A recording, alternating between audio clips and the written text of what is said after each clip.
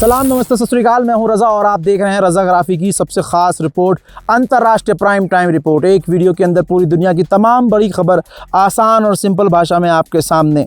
बांग्लादेश ने भारत पर बड़ा इल्ज़ाम लगाया है और ये इल्ज़ाम काफ़ी बड़ा है। 24 घंटे में 10 पुश इन की कोशिश नाकाम करने का दावा बांग्लादेश कर रहा है। बांग्लादेश की बॉर्डर फोर्स ने कहा है कि भारत की तरफ से भारत की बीएसएफ के द्वारा 10 बार कोशिश की गई कि इल्लीगल तरीके से 4 से 5 लोगों को बांग्लादेश की सीमा के अंदर भेज दिया जाए। रिपोर्ट आपके सामने नवभारत टाइम्स की है, हर जगह आ चुकी है और बांग्लादेश पहले से भारत पर इस तरह के इल्ज़ाम लगा रहा है। बॉर्डर गार्ड बांग्लादेश ने दावा किया है कि उसने 24 घंटों के भीतर भारतीय सुरक्षा बलों के 10 पुश इन कोशिशों को नाकाम किया है। उसका कहना है कि ये कोशिश सिर्फ बीएसएफ ही कर रही है और अलग अलग इलाकों से अलग अलग चौकियों से कर रही है। हालांकि बांग्लादेश के इस इल्ज़ाम पर, बांग्लादेश बॉर्डर फोर्स के इस इल्ज़ाम पर बीएसएफ ने अभी कोई बयान जारी नहीं किया है। दोस्तों, रिपोर्ट के मुताबिक झेनेदाह ज़िले में पुश इन की कोशिश की गई है और समोंटा बॉर्डर आउटपोस्ट पर पुश इन की कोशिश की गई और गोगा और रुद्रपुर सीमा पर घुसपैठियों को खदेड़ा है, ऐसा दावा बांग्लादेश की बॉर्डर फोर्स कर रही है। अब दोस्तों, इससे जो है जनता काफ़ी परेशान होगी, आवाम काफ़ी परेशान होगी। भारत सरकार ने जिनको अवैध घोषित किया है वो बेचारे अब सड़क पर, बीच में बॉर्डर पर जाकर फंसे हुए हैं और जहां बीएसएफ के कैंप हैं वहां पर मजबूरी में रह रहे हैं। और बांग्लादेश कह रहा है कि बीएसएफ ज़बरदस्ती ऐसे लोगों को ज़बरदस्ती खुद घुसपैठिया घोषित करके बांग्लादेश हमारे बॉर्डर के अंदर ढकेलने की कोशिश कर रही है। बांग्लादेश और भारत का तनाव लगातार बढ़ रहा है। तनाव इतना ज़्यादा बढ़ चुका है कि ये बात अब किसी से छुपी नहीं है। बांग्लादेश पाकिस्तान के काफ़ी करीब हो रहा है और चाइना के भी काफ़ी करीब है। ऐसे में भारत और बांग्लादेश के बॉर्डर तनाव को लेकर दोनों के बीच में एक मीटिंग होने वाली है। इस मीटिंग में बांग्लादेश भारत से मांग करेगा कि हम ड्रोन के ज़रिए बॉर्डर पर नज़र रखेंगे। बांग्लादेश का नया प्रधानमंत्री जो तारिक रहमान है, अब वो न भारत आएंगे पहले, न पाकिस्तान, न चाइना। प्रधानमंत्री बनने के बाद उनका पहला जो दौरा है वो मलेशिया का है और कहा जा रहा है कि बांग्लादेश मलेशिया से कई बड़ी डील भी कर सकता है। हजरत गुलाबी सूअर ने एक बार फिर से अपने मित्र का अपमान किया है और यही अंधभक्तों की औकात है। उनको अपनी भारत माँ का अपमान नज़र नहीं आता कि मोदी सरकार को खुद जलील अगर कोई कर रहा है तो वो डोनाल्ड ट्रंप है। डोनाल्ड ट्रंप लगातार भारत की आलोचना करता आया है और सबूत लेके आया हूँ, सबूत दिखाऊंगा। डोनाल्ड ट्रंप ने आज फिर सुबह ही सुबह जहर भारत के खिलाफ उगला। कहा आज तक भारत हमसे पैसा कमा रहा था, भारत हमारी चीज़ों पर, अमेरिका की चीज़ों पर टैरिफ लगा रहा था, टैक्स लगा रहा था और दबाकर पैसा वसूल रहा था। लेकिन अब हम ठीक इसका उल्टा कर रहे हैं। हम भारत पर टैरिफ लगा रहे हैं, भारत के सामानों पर टैरिफ लगा रहे हैं और भारत से पैसा कमा रहे हैं। आज तक भारत ने हमसे खूब पैसा कमाया है, लेकिन अब हम कमाएंगे। मोदी मेरे मित्र हैं, बहुत अच्छे दोस्त हैं और हमारी बहुत बनती है और बहुत जल्द हमारी डील होने वाली है। यानी पहले मक्खन लगाओ फिर जलील कर दो। अब ये वाली बात हो गई ना कि अरे मेरा मुन्ना, अरे मेरा बाबू, अरे तू तो दोस्त है यार मेरा, चल निकाल 50 लाख रुपए। ये वाला सीन हो रहा है मोदी के साथ। यानी पुचकार देते हैं तो गोदी मीडिया उछलने लगता है। अरे देखिए, जब मोदी और ट्रंप मिलते हैं तो बिजली कड़कती है, दोनों जब मिलते हैं तो पानी बहने लगता है। अरे सुअर की जात, ये देखो। इसके अलावा एक और तस्वीर, ये भारत का अपमान किया जा रहा है, भारत के तिरंगे को फाड़ा जा रहा है। ये अमेरिका के टेक्सास का ये वीडियो है। मोदी जी का जो दोस्त है गुलाबी सुअर डोनाल्ड ट्रंप, वो उसके देश का ये मंजर है और वहाँ एक अमेरिकी नागरिक भारत के तिरंगे को फाड़ रहा है, फाड़ दिया उसने भाई। अब आप देखिए, किसी भी हिंदू के सीने में, किसी हिंदूवादी संगठन के सीने में, किसी ये जो दंगा फैलाने वाले जो कट्टरवादी हैं, ये कोई इनके कोई तकलीफ ही नहीं हुआ किसी को। और ख़ास करके यही अमेरिका करता आया है भारत का अपमान लगातार करेगा, फिर उसके बाद बीच में तारीफ कर दी जाएगी और तारीफ के नाम पे क्या होगा, मोदी दोस्त है मेरा। ट्रम्प कह देगा मोदी मेरा दोस्त है, मेरा मित्र है, हमारे बहुत अच्छे संबंध हैं, और गोदी मीडिया इसको खूब चलाएगा। लेकिन कोई ये तस्वीर अंजना ओम कश्यप, चीथड़ा त्रिपाठी, ऐसे जितने दलाल पत्रकार हैं उनसे ज़रा पूछो कि आपने इस तस्वीर पर क्या कहना है। तुम तो कहते थे कि ट्रम्प और मोदी मिलते हैं तो बिजली कड़कती है, अरे तिरंगा फाड़ा जा रहा है भाई। इस पर सारे गोबरखोरों के मुंह बंद हैं। अमेरिकी ऑफिशियल ने कहा है कि डील पर, भारत के साथ डील पर हमारी 99% बात हो चुकी है, बस 1% बात फंसी हुई है जिस पर बात चल रही है। मैं तमाम भारतीय आवाम से ये रिक्वेस्ट करूंगा कि आप खुद ध्यान दीजिएगा, दिमाग चलाइएगा कि भाई ये डील हमारे फ़ायदे की है या हमारे नुकसान की। रिपोर्ट अब ये आ रही है कि नेपाल के विदेश मंत्री भारत आने वाले हैं। नेपाल और भारत का भी सीमा विवाद है, जिस पर अब मामला इतना गर्मा गया है कि नेपाल के विदेश मंत्री भारत आएंगे इस मुद्दे पर बात करने के लिए। उधर जापान की फसादी प्रधानमंत्री, जिसने अपने ही मुल्क में प्रधानमंत्री बनने के बाद मुल्क को खतरे में डाल दिया, अब वो फसादी प्रधानमंत्री, जापान की महिला प्रधानमंत्री भारत आने वाली है। और वो मतलब से आ रही है। क्यों? भारत को अपना उसे वॉरशिप बेचना है। जो जापान ने युद्धपोत बनाया है वो भारत को बेचना है। और याद रखा जाए, यही जापान है जिसने भारत के आम इंपोर्ट को बैन किया है। अभी 4 दिन पहले की खबर है। हमारा लुल्लू समुदाय जो है भूल जाता है, चिंटू समुदाय, चूंकि उनको सिर्फ मुसलमानों से नफरत फैलाना है। अबे पॉइंट की बात पकड़ो। कोई भी संगठन है खड़ा होकर ये कहे कि भाई हमारे मुल्क का नुकसान करने के बाद, यानी तुम हमारे आम को नुकसान पहुंचाओ।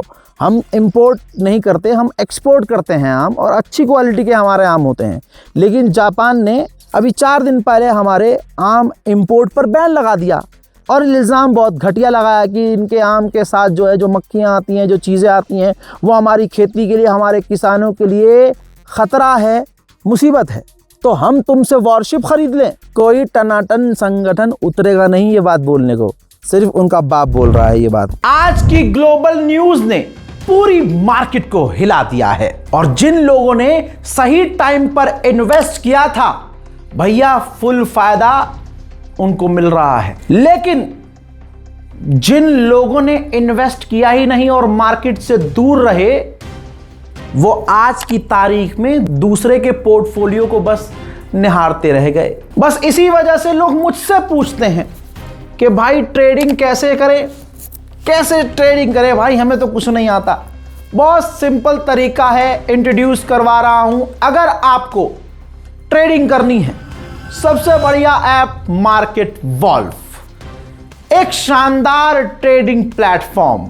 दोस्तों, मार्केट वॉल्व ऐप कोई ऐसी वैसी ऐप नहीं है भाई, सेबी रजिस्टर्ड है, स्टॉक ब्रोकर ऐप है, जहां आप ट्रेडिंग की शुरुआत कर सकते हैं, और वो भी सिर्फ 99 रुपये, लाइफ टाइम की फीस, और ऊपर से दिल का जो डर, कोई भी हिडन चार्जेस नहीं है, कोई एक्स्ट्रा चार्जेस नहीं है। और क्या लोगे? चलिए मैं आपको यह भी बता देता हूं कि यह ऐप इस्तेमाल कैसे करना है। मैंने यहां पिन डाल दिया और लॉगिन कर लिया। इधर इनका जो फॉलो ट्रेंड फीचर है मजेदार है। इसमें आपको वो ट्रेंड्स नजर आते हैं जो सबसे ज्यादा फायदेमंद हैं, जो ज्यादा प्रॉफिट आपको देते हैं।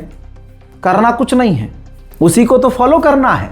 ये देखिए, मैंने बस फॉलो ट्रेंड पर क्लिक किया, इंस्ट्रूमेंट चार्ट और ट्रेड डिटेल्स चेक की, ट्रेड को प्लेस किया, और बस मेरा ट्रेड शुरू हो गया। यहां बैठकर आप अपना ट्रेड लाइव मॉनिटर भी कर सकते हैं। और इस ऐप की खास बात यह है कि छोटे से छोटे अमाउंट से आप ट्रेडिंग शुरू कर सकते हैं। सबसे इंपॉर्टेंट और सबसे खास फीचर जो मुझे लगता है, इसमें एक फीचर है स्टॉप लॉस। यानी ये फीचर ऐसा है जो आपका नुकसान होने से भी बचाता है। ये मेरा लाइव ट्रेड चल रहा है और मैंने क्या किया, मैंने बस स्टॉप ट्रेड पर क्लिक कर दिया और बस 1476 का प्रॉफिट बुक हो गया, और वो भी सिर्फ 3 टैप में। मार्केट वॉल्फ ऐप आपको फ्री रिकमेंडेशन भी देता है, आपकी जिंदगी और ट्रेड आसान करता है। जिन लोगों ने इन सब रिकमेंडेशंस को फॉलो किया, उन्होंने लगातार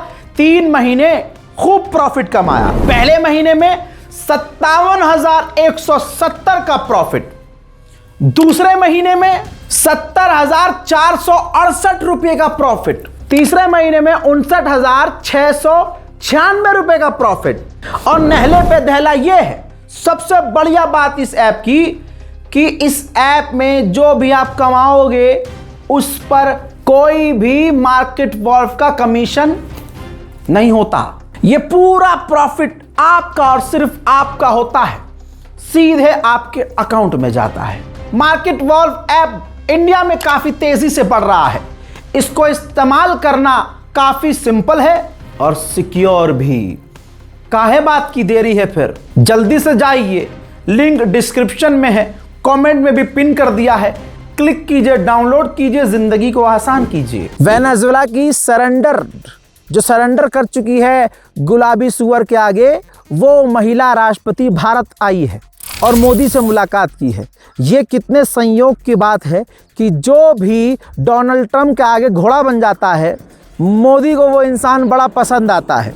शायद मोदी को लगता है कि यार ये भी तो मेरी ही कैटेगरी में है, मैं भी तो सरेंडर ही हूँ। वेनेजुएला अब वेनेजुएला नहीं है, वेनेजुएला पर कंट्रोल अमेरिका का है।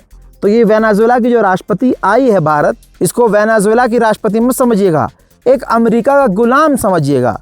क्योंकि ये अगर तेल बेचेगी, वेनेजुएला से अगर हम तेल लेंगे तो वो पैसा, वो डॉलर का फ़ायदा, वो सब कुछ अमेरिका का होने वाला है। ये बात याद रखिएगा।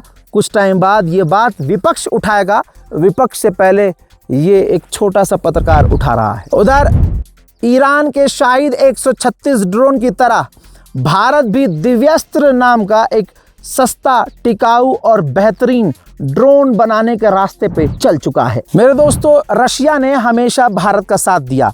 एक बार फिर से व्लादिमीर पुतिन ने भारत के लिए आवाज़ उठाते हुए कहा कि ये जो दबाव बनाया जा रहा है भारत पर, भारत एक मजबूत और बड़ा देश है, इस पर कोई तरह का, किसी भी तरह का दबाव काम नहीं करेगा। और हम इस वक्त भारत से बात कर रहे हैं अपने Su-57 को लेकर। पुतिन से भारतीय पत्रकार लगातार आए दिन सवाल करते रहते हैं। एक सवाल के जवाब में व्लादिमीर पुतिन के सीने में जो पाकिस्तान का प्यार है वो नज़र आया।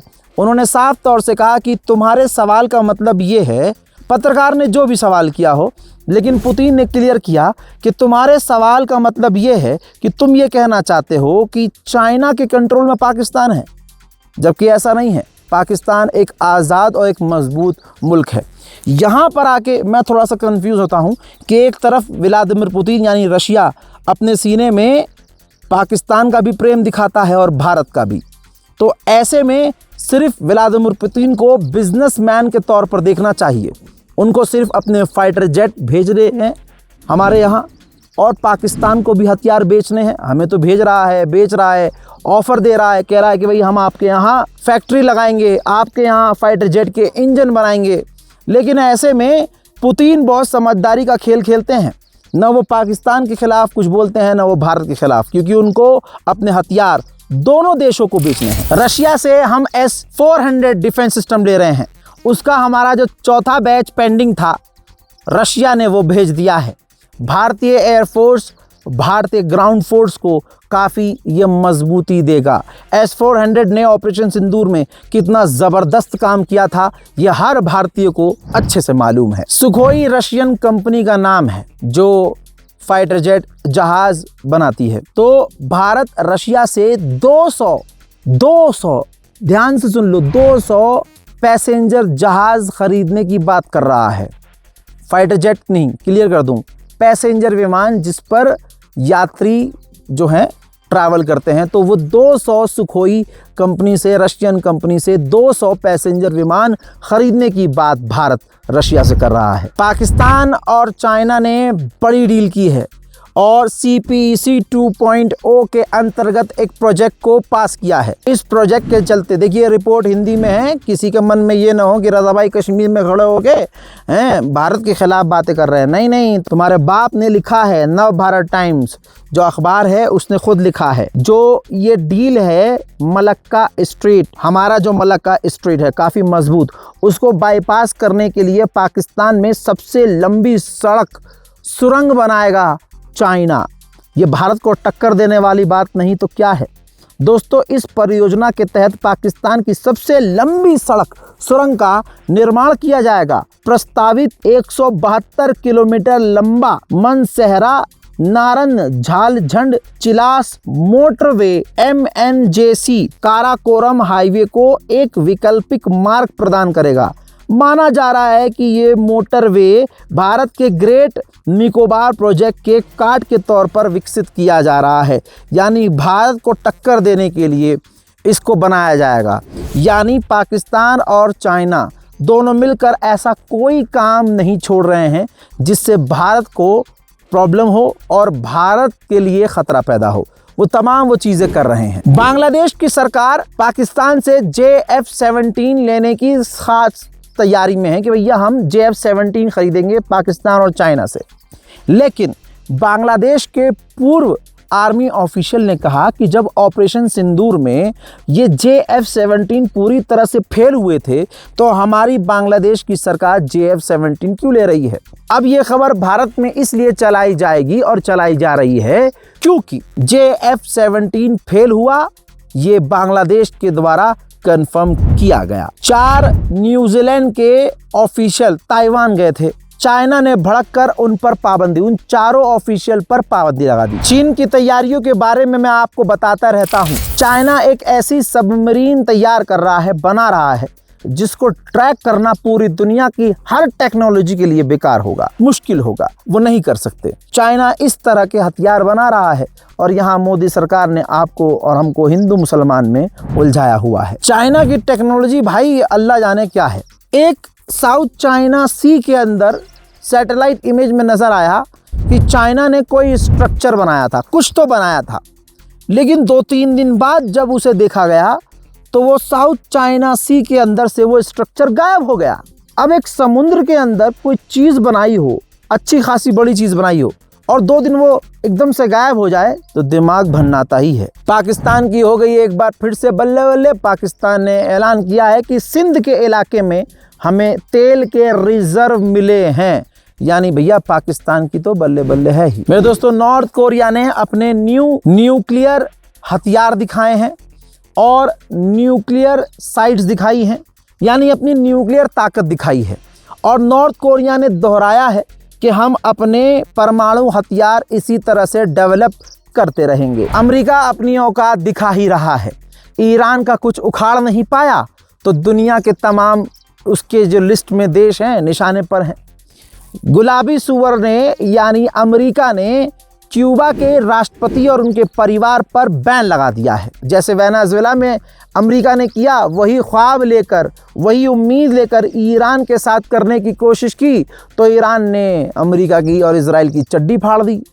अब अपनी इज्जत को बराबर करने के लिए, अपनी इज्जत बनाने के लिए, अपना खौफ जारी रखने के लिए अमेरिका क्यूबा के साथ अग्रेशन मोड पर आ चुका है। आज की तारीख में अमेरिका की औकात अब ये है कि अगर जैसे गली के कुत्ते नहीं होते हैं, गली के जो जानवर होंगे, गली का कोई बदमाश होता है, वो मोहल्ले और गली में जो कमज़ोर लोग होते हैं उन पर बदमाशी दिखाता है, अपने बराबर वालों को बदमाशी नहीं दिखाता। तो अमेरिका यही करता है, जो कमज़ोर होगा उस पर बदमाशी दिखाएगा और जो बराबर का होगा उसके साथ जाके ही लोलो पोचो कर लेगा, जैसे चाइना के साथ उसने लोलो पोचो किया। अब जर्मनी को अमेरिका टॉमहॉक मिसाइल देने वाला था, लेकिन उसने अपने आप ही जर्मनी को टॉमहॉक मिसाइल देने का प्लान कैंसिल कर दिया है।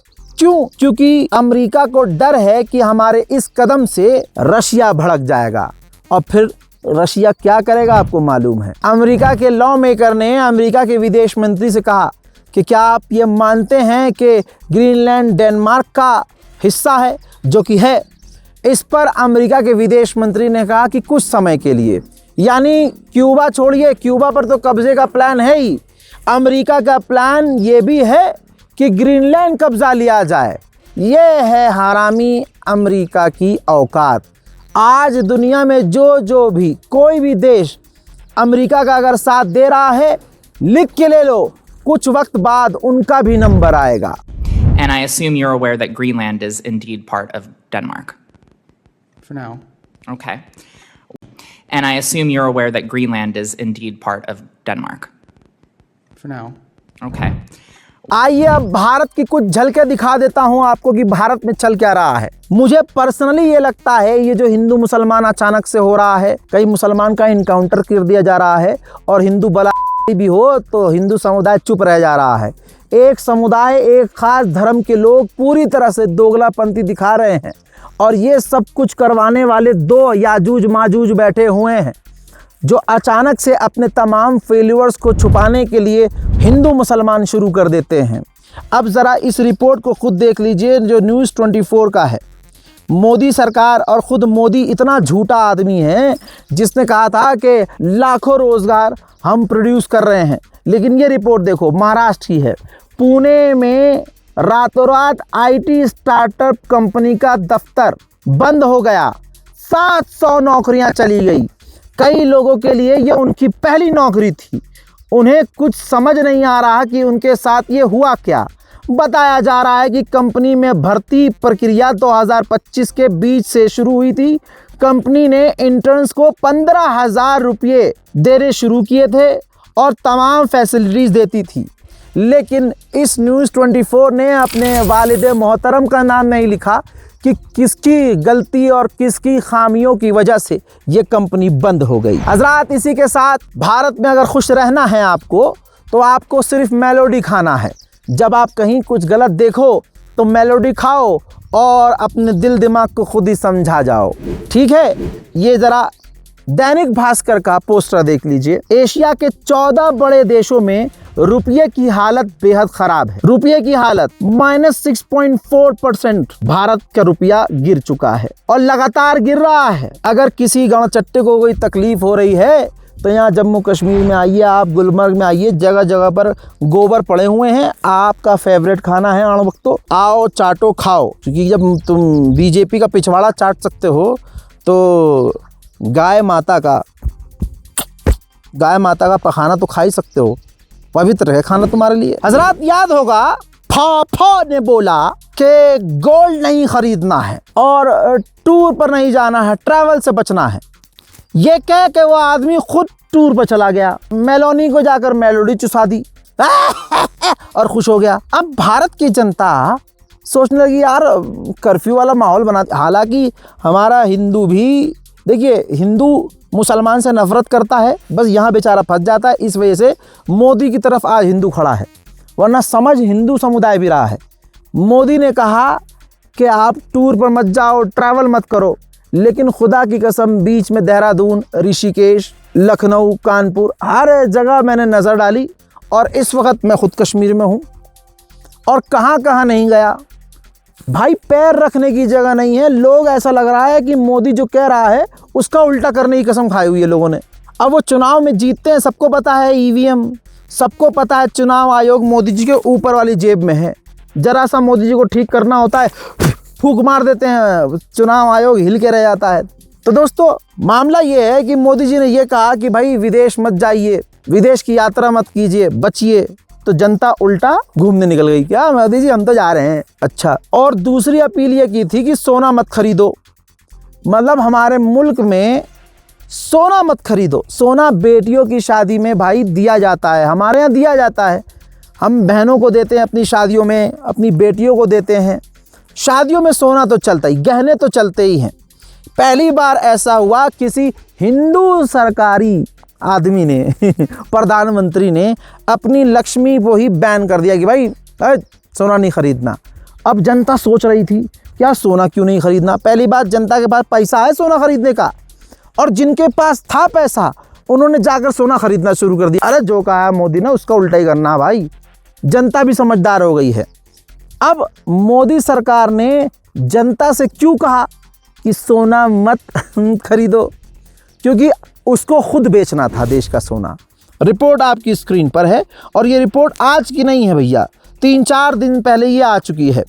76 साल में पहली बार आरबीआई ने $12 बिलियन का सोने का रिजर्व बेच दिया है। राहुल गांधी ने पहले ही चेताया था कि देश में आर्थिक मंदी का तूफान आने वाला है।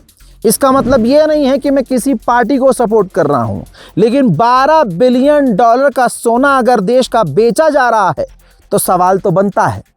लेकिन अगर आप सवाल करेंगे तो गिरफ्तार कर लिए जाएंगे। तो पापा ने कहा है तुमको सोना नहीं खरीदना है, क्योंकि सोना पापा को देश का बेचना है। एक वक्त ये था कि ब्रिटिश जो राज था, अंग्रेज़ जब भारत आए थे, उन्होंने हमारे मुल्क को लूटा। हमारा सोना, हमारा चांदी, हमारा हीरा, हमारी तमाम चीज़ों को उन्होंने लूटा और आज अंग्रेज़ों के गुलाम भारत को लूट रहे हैं। वहीं दोस्तों, जो हिंदू समुदाय मुसलमानों को नफ़रत की निगाह से देख रहा, अभी तो हिंदू बेचारा परेशान है।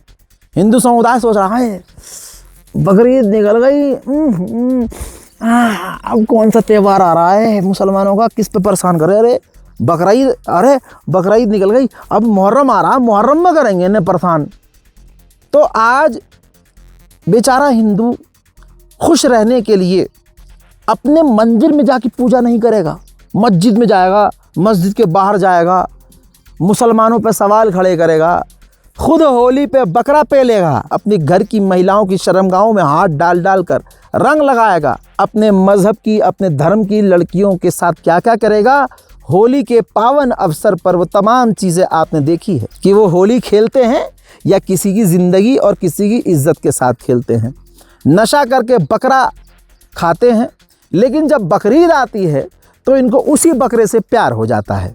बहरहाल अब बेचारे सोच रहे हैं कि मुहर्रम में क्या करें। अब मोदी सरकार खुद इस हिंदू मुस्लिम को बढ़ावा देती है।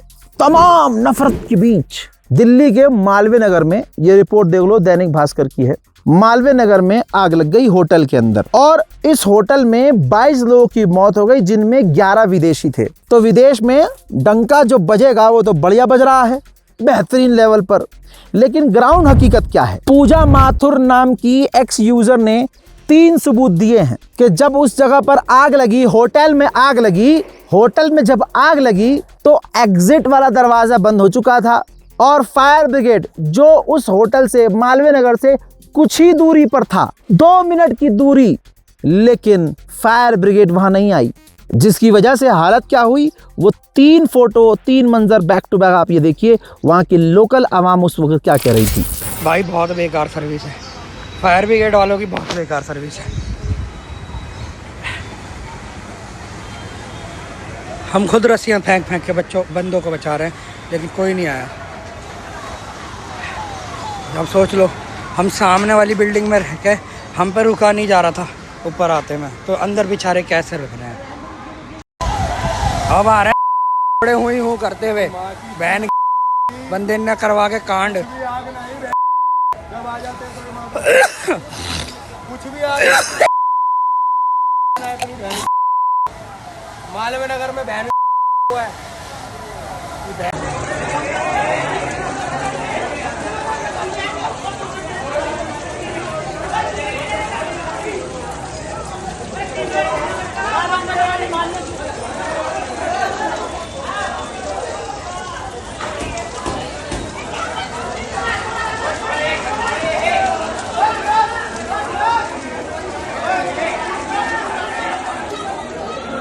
एक और वीडियो दिखाऊंगा। सौरभ भारद्वाज ने एक और सबूत पेश किया है एक्स पर। सुनिए उस वीडियो के अंदर जो वीडियो बनाने वाला व्यक्ति है वो क्या बोल रहा है।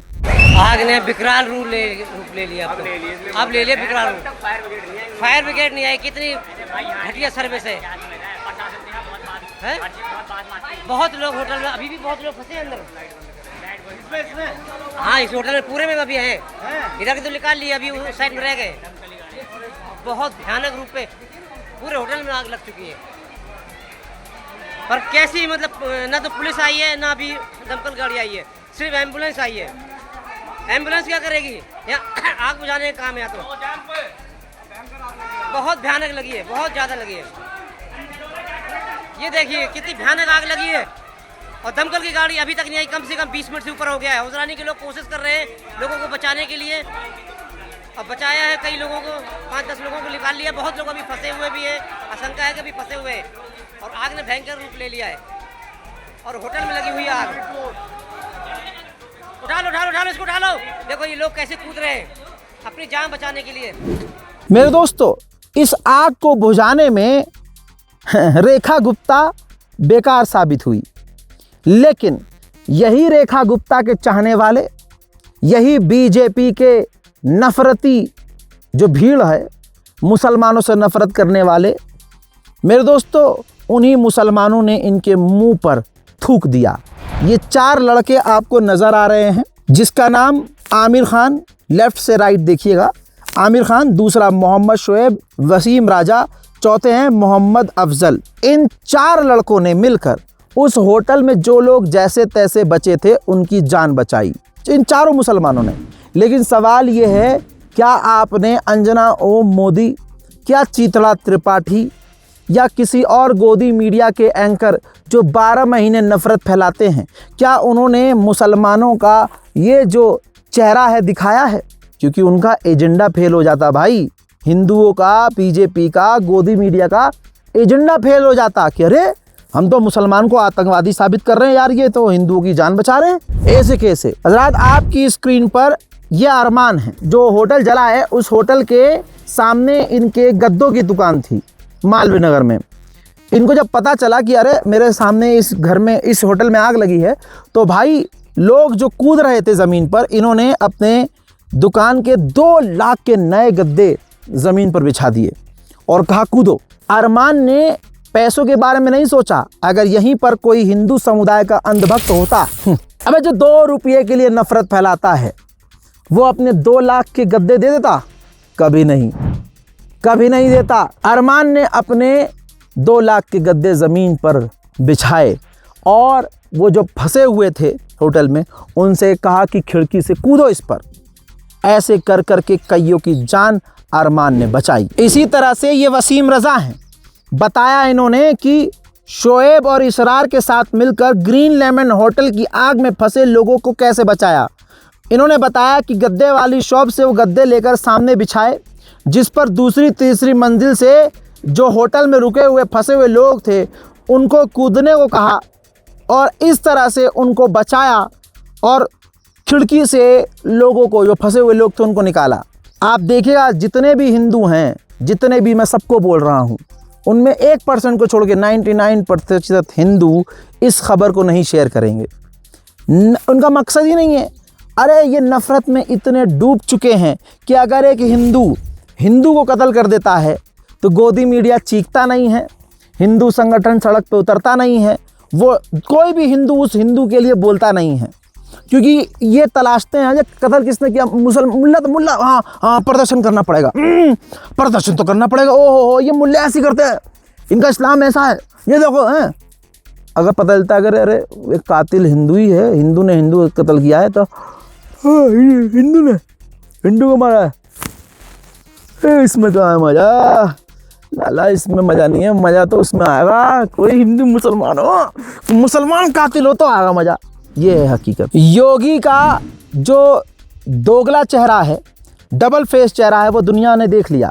जब मुसलमान चुप था तो हिंदू संगठन और हिंदू और ख़ुद योगी चीखते चिंगाड़ते थे कि भारत के अंदर जो गाय माता है उसको राष्ट्र पशु का दर्जा मिलना चाहिए, राष्ट्र पशु का। अब जब मुसलमान और मुसलमान के जो लीडर्स हैं उन्होंने कहना शुरू कर दिया कि हाँ ये तो बात गलत है, अगर आप किसी को मानते हो, किसी को, किसी भी चीज़ को, किसी भी पशु को आप भगवान और पवित्र बता रहे हो, तो आप उसको मान्यता दो और राष्ट्र पशु घोषित साबित करो, हम मांग करते हैं।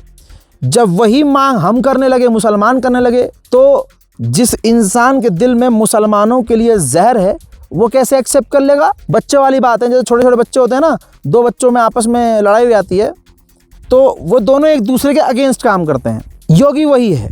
जब मुसलमान चुप थे तो कह रहे थे कि अरे पशु गाय को मान्यता दो राष्ट्र पशु की।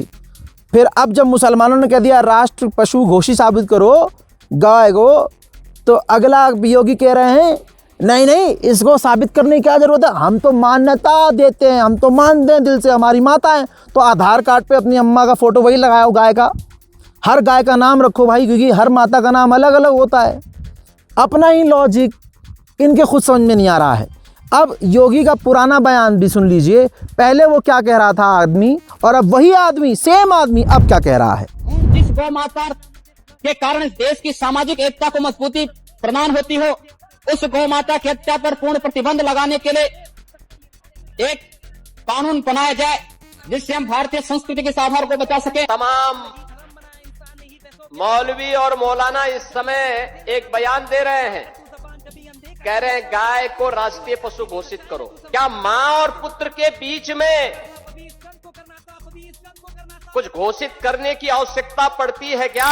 दोस्तों, मदरसों पर सवाल खड़े होते हैं दो कौड़ी के, जिन्होंने अपने ही मजहब की कोई पढ़ाई नहीं की, और हमारे ही अब तो कौम के नचनिया, कभी शराब पीने वाले, ड्रामा करने, अपनी बीवी किसी और की बीवी लड़कियों के साथ नाचने वाले।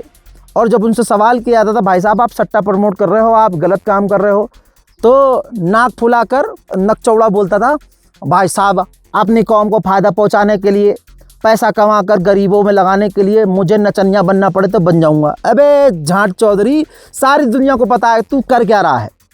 तो हमारी कौम के गद्दार, हमारी कौम में गद्दार रहे थे, गद्दार रहे हैं और आगे भी रहेंगे।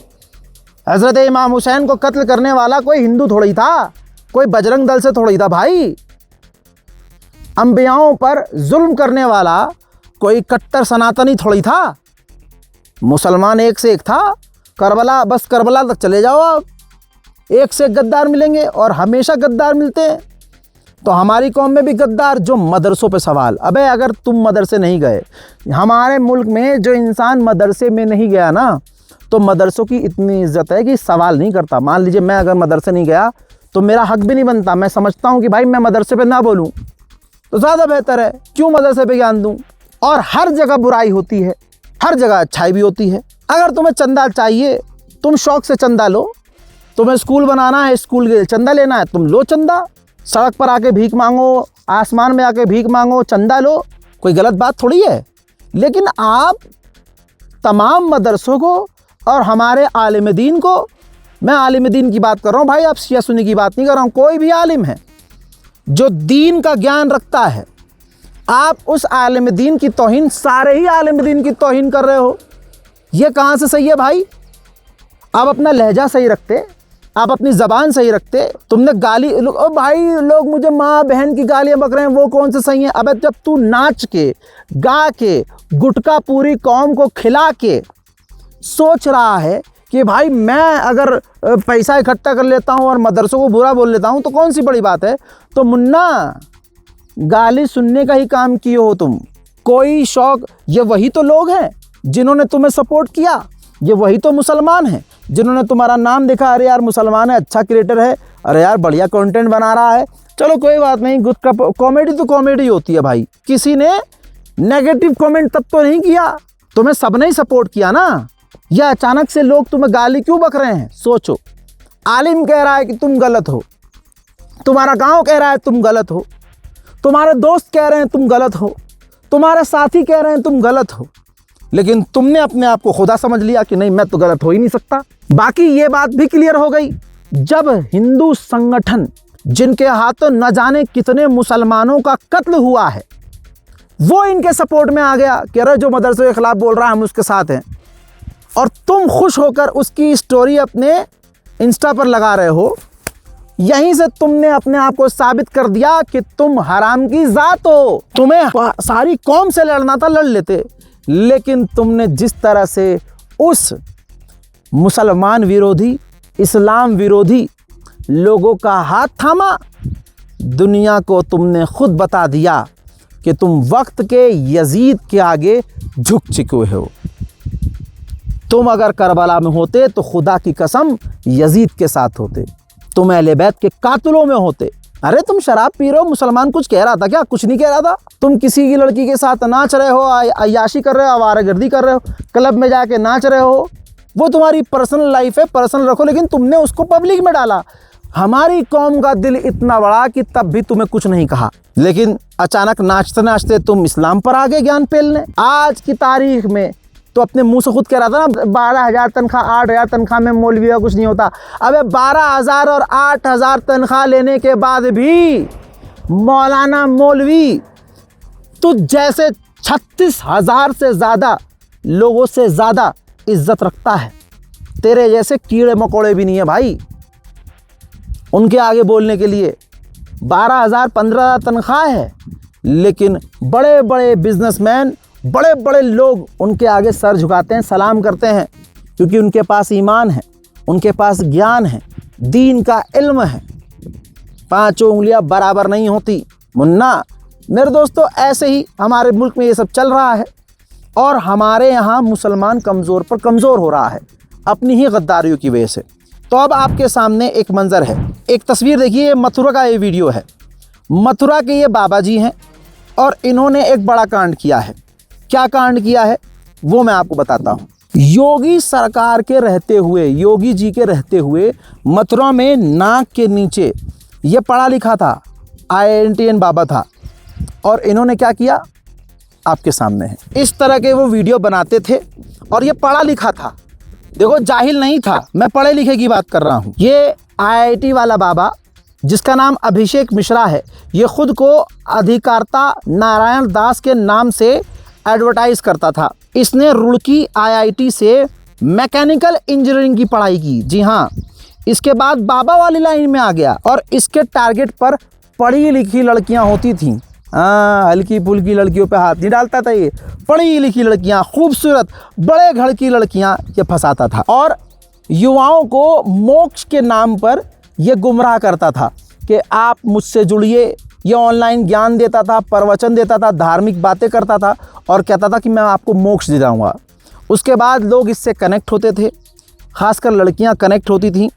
ये धीरे धीरे उनका भरोसा जीतता था, फिर उनको अपने ये अड्डे पर मथुरा में बुलाता था और एक पीने वाली चीज़ जो दूध जैसी होती थी उसमें नशीला पदार्थ देता था, चरस गांजा देता था और उनको आदत डाल देता था उस चीज़ की। जब युवाओं को उन चीज़ की आदत पड़ जाती थी तो फिर ये उनकी इज्जत लूटता था, लड़कियों की इज्जत लूटता था। ऐसे ही छत्तीसगढ़ से एक लड़की आई थी, उसको जो ये मोक्ष दे रहा था वो वाला मोक्ष नहीं चाहिए था, तो उसने सच बता दिया, FIR करवा दी कि भाई मुझे नशा करवा के इसने मेरी इज्जत लूटी। और तमाम चीज़ें जब खुल गईं तो पता चला कि बाबा का काम ही यही है। एक नहीं कई लड़कियों के साथ ये कर चुका है अभिषेक बाबा, लेकिन इस पर गोदी मीडिया खामोश है, हिंदू समाज खामोश है, क्योंकि ये उनके घर की बात है। आखिर में बता दूं, मार्केट वॉल्फ ऐप को 2 मिलियन से ज़्यादा लोग इस्तेमाल कर रहे हैं सिवाय आपके। तो अपनी ज़िंदगी को आसान बनाइए, कुछ अलग से पैसा कमाइए। लिंक डिस्क्रिप्शन में है और कमेंट में भी पिन कर दिया है। जय हिंद।